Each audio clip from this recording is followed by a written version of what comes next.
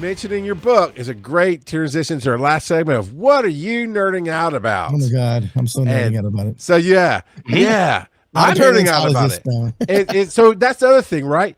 No college, but you wrote a textbook that people are going to buy and teach out of. Yes, you know. That's true. Now I want to ask you about that. So the book is called Hip Hop Can Save America, and we talked about it on mannyfaces.com/books. Yep. Nice book. I ain't got books yet, man. I only got one. You gotta earn that. You gotta speak it to have it be, baby. You gotta say books a million, and then come on, you got it. I appreciate it. I'm working on it. Was the worst. Writing a book is the worst experience. This is true love. But you're not a paleontologist, though. One day, you never know. All right. Do anything. How you know what? You're not in your next book. Just name a character after yourself and make it a paleontologist. That's it. And then, you're make it a novel. Make it happen. The hip hop paleontologist. It'd be great. So, can I go now, Joe? We good? No, right, you can't. You're not allowed to go. In writing the book, did you end up? Shut up. Did you end up styling it specifically to target a textbook, or did you write it in a way that the publisher you found said, "Hey, we can make this a textbook"? That's a good question. So this is good for podcasters actually, because it's an adaptation of a podcast, right? So Hip Hop Can Save America is a podcast I've been doing since 2018, and I generally interview folks who are doing this kind of work. So hip hop educators, right? People using hip hop in their classroom. They're educators, regular teachers. They teach, but they bring their hip hop styling and ethos, and they're able to connect to kids in a way that traditional educational practices have failed.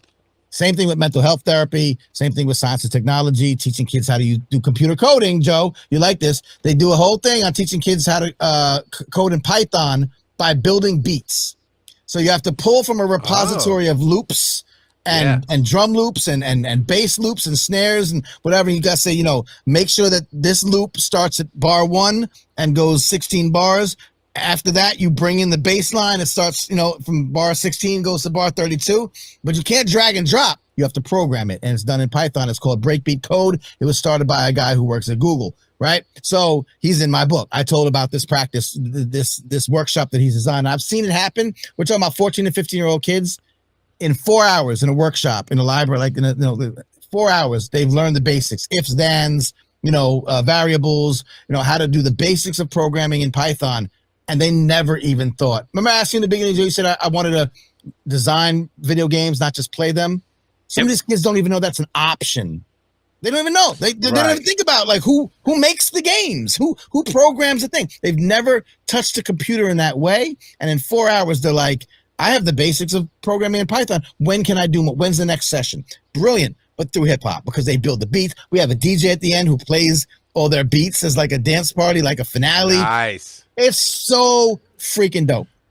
So that's the kind of thing that's in the book. Now, when I started interviewing these people for the podcast, and this is my lane now. Okay, so I'm looking for people who are doing these intersections. A wonderful professor, a good friend now, I guess, colleague, Aisha Upchurch, who taught at the Harvard Graduate School of Education. And she taught a class that was basically hip-hop pedagogy, right? Using hip-hop in the education sphere. Dope. She's a dancer. She's a hip-hop dancer. She teaches through kinetic movements and blah, blah, blah, blah, blah. Longer story. Brilliant. She hits me one time and she says, by the way, your podcast is in my syllabus. And I'm like, okay. And so she has 2 or 3 episodes that are in her syllabus, people I've interviewed that are relevant to this whole kind of movement. And I'm like, wow. And my dad had passed at the time, but I'm yelling at his ashes you see, I'm in college, but I'm not in college. So at Harvard, they're talking, it's me, and I'm interviewing. And so I still feel like I'm the conveyor and the person who's bringing the stories to light. But then I find out it's in more than one place. And there's a couple of books that are coming out, and I'm listed and my podcast is listed as a resource. And in fact, the penultimate, not penultimate, it's wrong. The seminal book is called That's the Joint, the Hip Hop Studies Reader. It's 9,000 pages long. It is the textbook. It's in its 3rd edition. People from Northeastern, Duke and Georgia State, are editors, and they've compiled this giant tome. And I'm one of the only podcasts listed as a resource. And I'm like, wow, that's awesome. The work I'm doing is being used to help educate. So cool. So I'm deciding at some point, and I wanted to write all these ideas that I've had in a book, but then at some point, my man John Robinson, Charles, who was at the live Pod Jam ATL, one time years ago we were talking, and he was like, "I'm writing a book." I'm like, "I can't write a book, man. It's driving me crazy." He was like, "Man, you talk, as you know, right now. I talk." He's like, "Just talk your book. Just talk your book into a thing, and then transcribe it, and then touch it up, and you make a book." I was like, "Oh, maybe I'll do that." And I never really did, but at some point, the epiphany hit me, like, take the podcast interviews. There's a couple textbooks that are like 60% interviews. And I was like, yo, why can't I take my, interviews that are being used in schools, transcribe them, touch them up, add some commentary. And so I started the idea of like this journey that I take or that I took, interviewing people to be able to come to you confidently today and say hip hop can do things in all these different fields. Well, it was because I interviewed people that do this work in all these fields. And so I chose very carefully, like one would assemble an album, right? Different songs in an order that makes sense, right? A tapestry that flows. And then I added commentary to each chapter. Each chapter is an interview, but why did I choose this person? Then what did I get out of it? And I was just going to kind of do it. And then one of my great friends and colleagues, Dr. Lauren Kelly, teaches at Rutgers University. We do a lot of work together. And she says, this might work for an academic publisher. I know it's not a textbook. It's a little bit different, but try pitching it to some of these academic publishers. Peter Lang, an international academic publisher, they're pretty good. They're like, oh, I see this potential. They're like, but it's a podcast. And so this is why I talk to podcasts. I say, they were like, it's a podcast. It exists already. Why would we put it in print? I'm like, that if I stop paying the podcast hosting fee, my podcast goes away. It's not written in stone. Like, if I stop paying my Captivate thing, it's gone. And I was like, plus, people assign textbooks, read pages 7 to 22, not listen to 12 minute 62. So they were like, all right, we can see where it's coming from. I said, plus I'm giving you commentary that weaves it all together and packages it as a sort of like grand thesis. And here's my validation in the middle, all by amplifying the voices and work of other people. And they were like, cool. And I was like, oh, shoot. Now I gotta do it. And it took literally a year, right about a year before I was able to do it and put it out and da-da-da. So I don't know what you asked me in the beginning of all this, but that's the path that it took to get to this place. Textbook. I didn't think it was a textbook. I did do this. I added a little section after each chapter. Key takeaways 1 through 10. Discussion questions 1 through 10. And so just pulling from the thing to say like, okay, if you're teaching a class, here's some help into how we can frame which we just heard and kind of, recenter the ideas so that you can engage in a classroom. That's the only thing that really made it textbooky. Other than that, I think I'm only a week in. It just got released. It was delayed. But it's out. And so I'm trying to see, is there some hope that like regular bookstores would carry it? Because I think that the lessons there are really applicable to everybody in every line of work. I have people that are educators, mental health professionals, an archivist who, like kind of the keeper of the culture. I have a music group named Gangsta Grass, which does bluegrass and hip hop, which I will say very clearly could either really be good or really suck. And what does that mean for the merging of those cultures? And do you mean that they go to places that are bluegrass heavy and rap? And they do. And they also rap about social justice issues, which you wouldn't think would be top of mind for someone in the middle of rural Kentucky. How does that work? Do we get people to understand like there's a cross-cultural connection? All kind of stuff in this book. So yeah, textbook technically, because it's under academic press. And one of my, I'll land the plane with this. One of my friends put out a book, and it was called The Hip Hop Mindset. Another great book about like the things that we get from hip hop that can teach life lessons.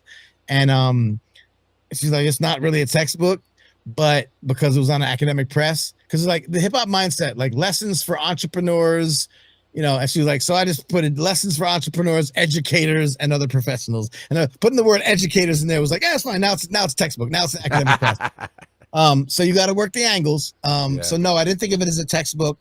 I do think it's applicable in college classes. I think it could be used as one, but I also think it's a general interest book that really anyone can benefit from. That's awesome. I'm not going to follow that, Joe, yet, so you get to go next, because that was such an amazing run and story. It was so good. And actually, you got me thinking about, I've had a couple books spinning in my mind, and I've got some paths ahead of me of teaching and different things. So yeah, you're inspiring me. I appreciate that. I didn't expect to be here. And, and again, it's like, I'm really freaking smart, bro. Like, I'm not stupid. I know what I'm talking about. But I didn't think like I'd get a book deal. I didn't think I'd, be out on academic. I didn't think I have a book in like actual, and I don't even have it yet. I don't even have it in, like, I'm that new to the media run that I don't even have it yet. So to me, it's kind of still not real. I'm waiting for my complimentary copies to be shipped to me. Yeah. But you could damn sure buy it on the website, and people have, and it's real. So yeah, it's inspiring even to me. Like, I didn't think I was gonna be able to do this, and it's career wise, it's like the greatest achievement, and I'm very humbled and appreciative of it. So if I could do it, bro, like, yeah, hell yeah, like, it's possible. All right, Joe. There you go. You gotta take the bullet, man. In a huge tonal shift, what I'm nerding out about is a couple weeks ago I talked about how I had started working on the MCU movies with my boys, and so we're progressing through that. Yeah, in release order. Okay. We're in the middle of the first Avengers. Okay. So we're working on that, and my youngest, that Charles likes to call Jebediah, he is so Mormon name. Pumped, right? So pumped about Iron Man specifically. He loves Iron Man, so he has now asked us and my in-laws to start saving cardboard boxes because he wants to make his own cardboard Iron Man suit that he wants to paint and whatnot. And so he has to do it in a cave. Yeah, with a box of scraps. Yeah. And so he's just eating it up. He tunes out basically all the he's tuned out basically all the movies that don't have Iron Man in them. He's like, does this one have Iron Man? Oh, I'm gonna go play on my iPad. How old? Can I ask how old? He's 6. He's barely turned 6. Wow, that's dope. Okay, yeah. So yeah, I'm trying to get Baby Girl Faces to do the same thing. Like, I'm trying to get her into him. She's like, I'm like, come on, this would be great. he keeps putting a box on his leg and walking around stomping. He's like, gotta work on that Iron Man costume. I like it. These mans ain't gonna iron themselves. So it's been super cute to have that experience with them, and it's almost like experiencing it again for the first time myself, but vicariously through them. Yeah. So it's been a lot of fun. It has been a lot of fun. What about you, Charles? Before you do, Charles, I want to yell at my wife. My wife says, listen to my wife. My wife is an Iron Man fan. She's the one that likes all of the Iron Mans. And I'm like, well, you got to watch, Endgame. And, we know what happens. And she's like, no, I don't want to see that happen. I'm like, but you don't understand. That happening is such a brilliant, like, it's in its greatness. Like, she knows what happens, but she doesn't know how it happens. I'm like, you gotta see it. She's like, no, I'm just not gonna see. I don't want to see him go out like that. I'm like, but you gotta see him go out like that. That's what makes the legacy complete. Like, how are you not? So it's a very touchy subject in this household, because I wanted to, because it's so good. Did you see the meme that made it better that he didn't get the right music license? Because if he played Ozzy Osbourne's where he does the intro, "I Am Iron Man," it fit the scene so well. No. You hear the guitars, and instead of hearing that, "Oh, I am Iron Man," he goes, "I'm Iron Man." He snaps. It fits, and then the music hit. Oh, some fan did that. It's like, oh, they should have done that. No, it's so good. I wish he would do it. But yeah, one day I'm gonna. Baby Girl Faces does love. We did watch Guardians of the Galaxy. And with the animals, and oh my god! Oh, y'all watched the third one. Oh my god! Oh my god! I was like, yo, let's watch that. She's like, no, I'm never watching it again. Oh my god! Yeah. I love her. She's the best. Man, Charles, you were gonna go. I interrupted again. As I often do. So hustling, man. You're talking about getting some keynote speaking and doing the different things. I live for that. I love that. And for the last couple of years, I've been pushing myself to get into more cons and to do more of what I do and then performance and moderating and talking to interviewing celebrities, those kind of things. And in the last year, I started dragging Joe with me. It's like, look, I had to make a call. It's like, I don't have time to put more energy into some project like this if it takes off and you're not going to go with it. And, it's a very 3,000 foot overview talk of if for some reason Wise and Nerdy really picks up and does well and you could replace your income with it, would you do it? He's like, yeah. I mean, obviously those aren't ABC steps. Those are XYZ steps, but that's all I needed because I had so many people go, I don't know. I like my job. And then when we did that, it's like, okay, to do that, we need to be out in front of people. We need to be live. We need to be doing stuff. And we found a way that works for both of us to do live cons. He's in Chattanooga. I'm in Atlanta. It's not that hard of a drive. So we have, between the two cities, we have some good cons. I like Chattanooga. I've been to Chattanooga. Yeah, it's a good place. Right. Yeah, it's got 7-Eleven. It's got great internet. Unlike, I heard, oh my God, the broadband capital of the world. Yes, I get to hear about it quite often. So they do a Chattanooga Hip Hop Week. There's a hip hop festival that happens for about a week in Chattanooga, and I came up a couple times, and they're good folks, and I found that it was a good vibe. So maybe not the rest of the year, but for that week, it was cool. I'm saying, I don't know. I wasn't up there any other time. I don't know. I can't speak to it. But we're doing we just got accepted to Atlanta Comic Convention. And we're going to do the show live there and working behind the scenes with the guy that's doing all that. It's a new type of con for us because we've done Dragon Con, which we know, and we've done little cons like Chattacon up in Chattanooga, but they're all fan cons. This is a different vibe. It's called more like a commercial con where you're really going to meet the 100 celebrities that are there and maybe go to a few of their panels, but they're trying to really be a hybrid between just seeing the celebrities and paying for a picture and actually having other reasons to be there. And so we've not played a con like that where most of the audience is just like, oh, that kind of sounds cool. And I'm just excited about that. That's what I'm nerding out about, is that we're going to have these new opportunities. And I worked closely with this con for many years, and the person I worked with left last year. So for me, it's starting over, and I'm having to resell myself. But I love it. And I love the opportunities it's pushing me into. And I love teaching people. So I'm trying to build my own service. So when I go to these cons, I give out this advice of here's how you do this and here's how you do that thing. That I can say this. You can always get the free con stuff. You can do that. But you can also come here and either pay for a level that gets you just videos, or you pay for my time. And I'm transitioning that. I know I had something else there, but the Atlanta Comic Con. Oh, and teaching. Yeah. So that was those two things. So Tyra, who is my partner, you met Tyra the other night, Manny. She's my partner on Be Awesome Together. We have been talking about doing some official classes on how to stream and how to do things. And she's a college professor, SEO expert and social media expert, all this stuff. And so we're actually going to reformat that show to, instead of being this kind of collective loosey-goosey thing of talking, to be more like what we did with you. Actually, we asked some what did you get out of it? Some educational questions out of it there. And we're going to format that show to be more of an educational. Sometimes it's going to be, here's how you do this streaming thing. Here's this thing, that thing. And that's really interesting, because you see a lot of like tutorials, like today in this video I'm going to show you how to do the thing, and that's cool. But like the conversational aspect, plus the kind of learn, that's much more. I get it. That's and it's so cool that you've come into my sphere of influence at this point, and you're talking about how you did your book, and that's your conversational book that's now a textbook, right? And also, I'm assuming you recorded it, so when they go to do the audio book, you don't have to read it. You can just sit and record it. It's all right there.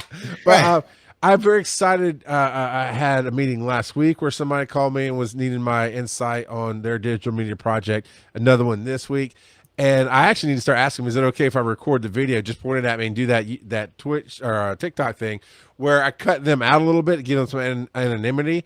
But just the advice I'm giving, the inspiration, the moments. Because I'm so excited. And it's scary. It is scary doing your own thing that says, hey, I'm worth it. I know what I'm talking about. Come listen to me, because I do have an ego. I do have confidence. But to go, I'm going to have to put in all this effort to write a book, to build a site, to fix Patreon, to record the content. But when I get with somebody, I just get fired up. So I may make Joe meet with me every Saturday. Just ask me a question so I can record it and put it in my book. It'll be all right. It's good to have a lieutenant or maybe co-captain. I'm definitely a one-man band, and I got some advisors and helpers and stuff, but that's valuable. And yeah.